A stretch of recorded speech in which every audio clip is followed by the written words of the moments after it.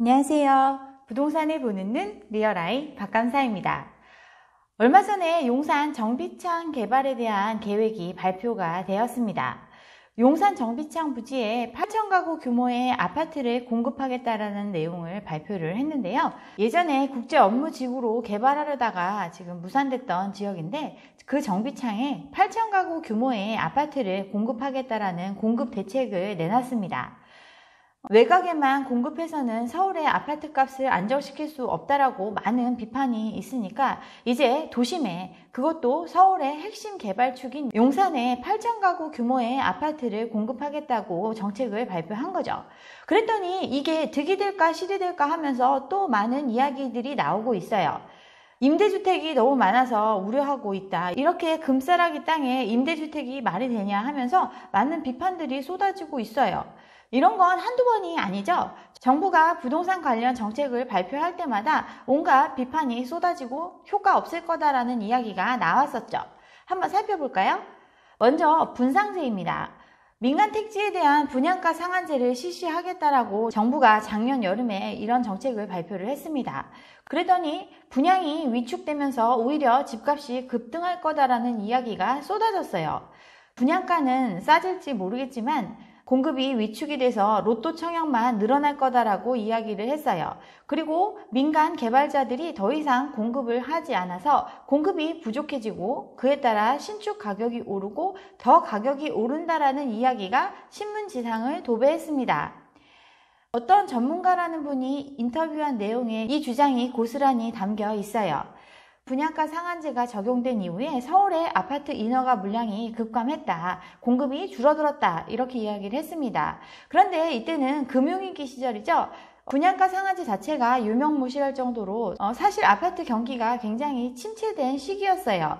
사업성이 없으니까 분양이 안 이루어진 거지 분양가 상한제 때문에 분양이 안 이루어진 거는 절대 아니에요. 그러면서 이분이 주장을 했습니다. 서울에서 신축으로 아파트를 공급할 수 있는 방법은 재개발, 재건축 뿐이기 때문에 분양가 상한제가 실시가 되면 조합들이 자신들의 이익을 줄여가면서까지 공급하지 않을 거기 때문에 공급이 줄어들면서 가격이 다시 상승하는 그러한 악순환이 생길 거다라고 우려를 했습니다. 그리고는 분양가 상한제가 예고되자마자 아파트 값이 상승했다라는 기사가 엄청나게 나왔어요. 분양가 상한제에 영향이 없는 아파트들이 가격을 올리고 있다라고 하면서 정말 분양가 상한제 실시로 아파트 값이 더 오르는 현상이 나타난다고 계속 언론에서 이야기를 했어요. 그런데 정말 공급이 없어졌나요? 재건축 총회를 드라이브 스루로 진행을 했습니다. 더 이상 늦출 수 없기 때문이죠. 역병 사태 때문에 개포 1단지 빨리 총회를 했어야 되는데 총회 때문에 사람들 모이는 거 하지 말라니까 우리 커피 마실 때만 있는 줄 알았던 드라이빙 스루가 총회에서 도입이 됐습니다. 아주 성공적으로 이루어졌죠. 개포 1단지가 이렇게 희한한 방법까지 동원한 이유는 뭐죠? 분양가 상한제를 피하기 위해서 빨리 사업을 추진하기 위해서 이러한 방식을 택했습니다. 여기서 성공적으로 이루어지고 나니까 조합총회가 잇따라 드라이빙 스루로 이루어질 거로 나오고 있어요. 이러한 방식으로 총회를 진행하는 이유는 사업기간이 길어질수록 운영 비용과 금융 부담이 늘어나기 때문에 빨리 진행하는 게 더 이익이 되기 때문에 이러한 형태를 취하는 거죠. 서초 신동아도 이러한 대세에 가세를 했습니다. 조합장 해임 관련 건으로 총회를 진행하려고 하는데 사회적 거리두기 때문에 못하고 있었는데 개포 1단지에서 했던 거 이 방식대로 하겠다고 이야기를 하고 있습니다. 이뿐 아니죠. 반포주공 1단지 3주구, 용산 한남 3구역, 그리고 서초 신반포 21차 주요 정비 사업장들이 시공사 선정 총회를 위해서 이 방식을 택할 걸로 지금 나오고 있어요. 지금 얘기한 단지들이 이번에 시공사를 뽑더라도 분양가 상한제를 피하기는 어렵죠. 분양가 상한제와 무관하게 재건축 조합들은 여전히 사업을 추진하고 있어요. 아까 말한 대로라면 안 해야 되는데 다 손 놓고 있어야 되는데 계속 하고 있네요. 또 분양가 상한제하고 제가 못 받을 바에는 후분양하겠다고 난리쳤던 단지들 여러 개 있었죠. 결국 다 분양가 상한제 이전에 분양을 했고 분양을 합니다. 강남 로또 원베일리 9월에 분양 예정입니다. 상한제 회피의 마지막 단지가 될 거다라는 이야기가 나왔어요. 후분양하겠다, 통매각 하겠다, 별별 방식을 다 하면서 우리는 절대 손해볼 수 없다라고 이야기하던 단지가 결국 분양가 상한제 이전에 일정대로 분양을 합니다. 분양가 상한제를 한다고 해서 손해를 보고 분양을 하는 게 절대 아니죠. 가격의 비용적인 측면에 더 초점을 두겠다라는 의미입니다. 들어간 비용의 적정 이윤을 포함한 가격으로 분양을 하라는 의미죠. 들어간 돈이 얼마든 간에 인근 시세라는 거 대비해서 얼마는 받아야 되겠다라는 게 아니라 자기들이 들어간 비용의 적정 이윤을 포함한 그 금액에 맞춰서 분양을 하는 의미였기 때문에 사실 분양을 안 할 이유가 없어요. 분상제 하면 시공사가 남는 게 없어가지고 공급이 부족하게 된다는 논리가 정말 말이 안 되는 거죠. 정부가 분상제를 도입하겠다라는 정책에 대해서 말뿐인 반대 의견을 내놓은 거였습니다. 그리고 그걸로 시장을 혼란스럽게 만들었던 거죠. 12.16 대책 때도 마찬가지예요. 분상제 하면 주택 공급이 준다는 공포 마케팅이라고 정부가 그거 아니라고 계속 얘기했고 계속 공급이 될 거니까 걱정하지 말라고 했는데도 사람들이 불안에 떨었죠. 그래서 정부는 주택 불로소득을 용납하지 않겠다고 하면서 강력한 12.16 대책을 내놨습니다. 세제 대출 청약을 규제하는 종합적인 부동산 대책이었어요. 내용을 보면 투기적인 대출 수요에 대한 규제를 강화했습니다. 그래서 15억 초과 아파트에 대해서는 주택담보대출을 아예 금지하는 강력한 정책을 내놨어요. 이 정책이 나오고 나니까 또 이런 얘기들이 언론을 도배했습니다. 15억 초과 아파트는 현금 부자들만 신이 나고 9억 이하 대출 가능한 아파트 값은 폭등할 거다라고 언론은 다 한 목소리로 이야기를 했어요. 그런데 실제로 그런가요? 대출 규제는 12월 16일 날 발표가 됐습니다. 발표되자마자 부산이 핫하고 수원이 뜨고 성남이 뜨고 난리가 났다고 연이어 보도가 됐습니다. 그런데 그렇게 뜨겁던 지역들이 바람이 빠졌네요. 수용성, 안시성, 오동평 정말 처음 들어보는 명칭도 있는데 어쨌든 그동안 사람들이 관심 갖지 않던 지역의 집값이 올랐다고 막 얘기하더니 석 달도 안 돼서 바람이 빠졌네요. 또 서울 전역의 중저가 아파트가 상승했다고 그렇게 호들갑을 떨어댔는데 그 풍선 효과가 끝났다고 합니다. 호가가 하락세로 접어들었어요. 12.16 대책이 발표되고 3달이 지났는데 그 사이에 거래는 정말 없었어요. 거래가 씨가 말랐는데 그런데 풍선 효과가 나타났다고 그렇게 떠들어댔습니다. 그리고 역병이 창궐하고 나니까 더 이상 펌프질을 할 수 없으니까 이제 호가가 빠졌다고 이야기하고 있네요. 그런데 아직 한 지역은 여전히 뜨겁다고 이야기하고 있어요. 분양 물량이 많이 대기하고 있는 인천, 각종 개발 호재에 가장 핫하다고 합니다. 보니까 서울 사람들이 제일 많이 가서 샀다고 이야기하네요. 지난해 1분기 대비해서 거의 300% 가까이 더 사들였다고 합니다. 인천의 총 매매 거래량이 14년 만에 최고치를 찍었습니다. 이 풍선 효과도 곧 꺼지게 되겠죠. 인천 같은 경우는 서울 도심 기준하면 40km 정도 떨어져 있어요. 인천이 핫하려면 경기도권 웬만한 지역이 전부 다 핫할 수밖에 없어요. 또 정부가 발표한 정책 중에 3기 신도시가 있죠. 3기 신도시, 1, 2기 신도시보다 서울 도심 접근성이 좋습니다. 그런데 엄청난 비판에 직면을 했었죠. 임대가 너무 많다. 그리고 서울에 공급이 부족한데 서울 바깥에 이렇게 공급한다고 되겠냐? 뭐하러 이런 거 하냐? 막 이런 비판들이 있었어요. 그리고 언제 될 거냐? 지금 당장 필요한데 늦게 공급해주면 무슨 의미가 있냐고 정부 정책을 비난하는 각종 내용들이 쏟아졌습니다. 3기 신도시 위치 볼까요? 작년에 발표했던 지역들 이렇게 많이 있습니다. 이 중에서 빨간색으로 표시된 거 발표된 지구들인데 지금 이미 지정이 완료가 된 게 많이 나오고 있어요. 1년 만에 지구 지정하고 신속하게 지구 지정을 진행하고 있습니다. 2021년 말에 첫 분양을 할 수 있도록 굉장히 빠른 속도로 진행을 하고 있어요. 이것도 모자라서 3기 신도시 빨리 분양하기로 했죠. 사전 청약 제도를 도입한다고 합니다. 내년에 9천 가구 정도 사전 청약을 실시한다고 하죠. 인천 계양, 과천, 남양주 왕숙, 하남 교산 다 서울 접근성이 좋은 데죠. 또 고양, 창릉, 부천, 대장 다 지금 진행하고 있습니다. 약 3만 가구가 그 대상이 된다고 해요. 그런데도 3기 신도시 발표되고 나니까 강남 집값은 못 잡고 딴 데만 박살날 거라고 하면서 서울 집값 안정 효과에는 전혀 도움이 안 될 것처럼 이야기들을 했습니다. 그래서 도심에 공급하기로 한 거죠. 용산 정비창에 8천 가구 규모의 아파트를 짓는다고 합니다.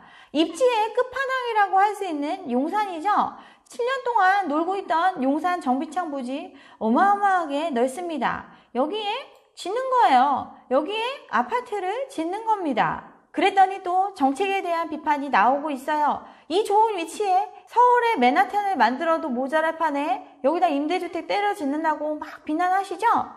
그 앞에 민간이 추진하고 있는 구역이 있습니다. 정비창 전면 1구역인데요. 얼마 전에 또 평가 때문에 저도 이 지역을 방문을 했었는데 이름도 정비창 전면 제1구역이에요. 정비창 바로 전면에 위치한 지역입니다. 여기 사업계획을 보면 조합원 400명의 아파트 777세대 짓습니다. 민간이 지어도 아파트를 져요. 정비창 지구 개발을 통해서 아파트 8천 가구 공급한다고 하지만 거기 아파트만 짓는 거 아니죠? 호텔도 짓고 업무시설도 짓습니다.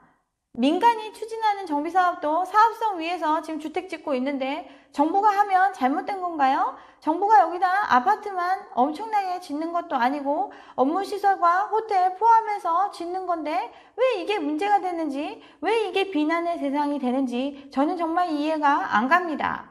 그리고 서울의 맨하탄으로 개발해야 된다? 그 이익을 누가 갖기 위한 거죠? 가뜩이나 서울에 인구가 집중되고 있는데 지금 그거 없어도 서울에 살고 싶어 난린데 꼭 이거 해야 될까요?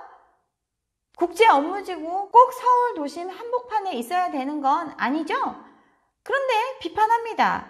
그거에서 떨어지는 낙수 효과를 주변 지역에 투자한 사람들이 가져가지 못하는 것 때문에 화가 나는 거죠. 정부의 정책은 겸허히 시장의 비판을 받아들여서 추진하고 있어요. 그런데도 맨날 잘못하고 있다고 하죠. 재건축, 재개발 완화만이 도심의 공급을 늘리는 길이라고 많은 전문가들이 이야기를 합니다. 그런데 재건축, 재개발이 그렇게 빨리 진행될 수 있나요? 수많은 토지주들이 함께 뜻을 모아야 이루어질 수 있는 사업입니다. 사업성만 있다고 해서 되는 게 아니죠. 사람들의 의견이 모아지고 또 정당한 절차를 밟아서 진행을 할 수밖에 없는 사업이에요. 기본 10년 이상 걸리죠. 그만큼 시간이 많이 소요되는 사업입니다.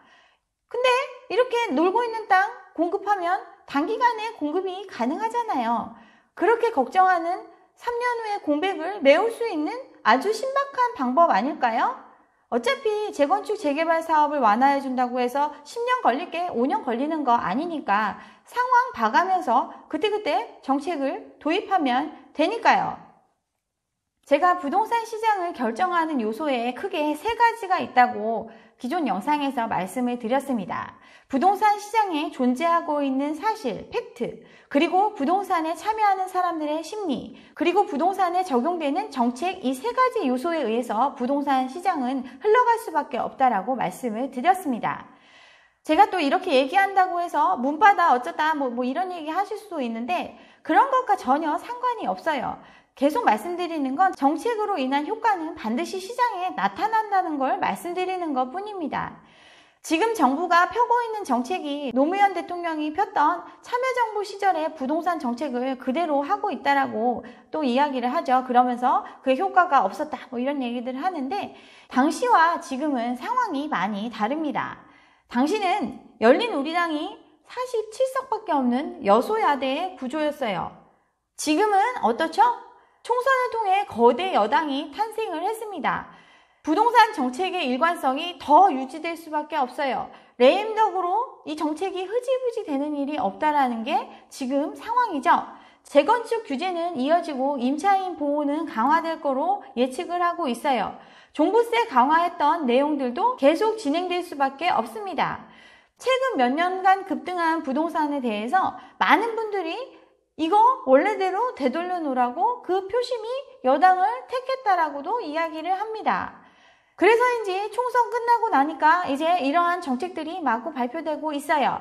공공 재개발을 띄웠죠. 재건축 규제 완화는 없다라고 쐐기를 박았습니다. 목동의 안전진단이 줄줄이 취소가 되죠. 정부 정책에 맞춰서 재건축을 한다면 재건축이 추진될 수 있게 해주겠지만 그렇지 않으면 못한다라는 시그널을 확실히 주었습니다.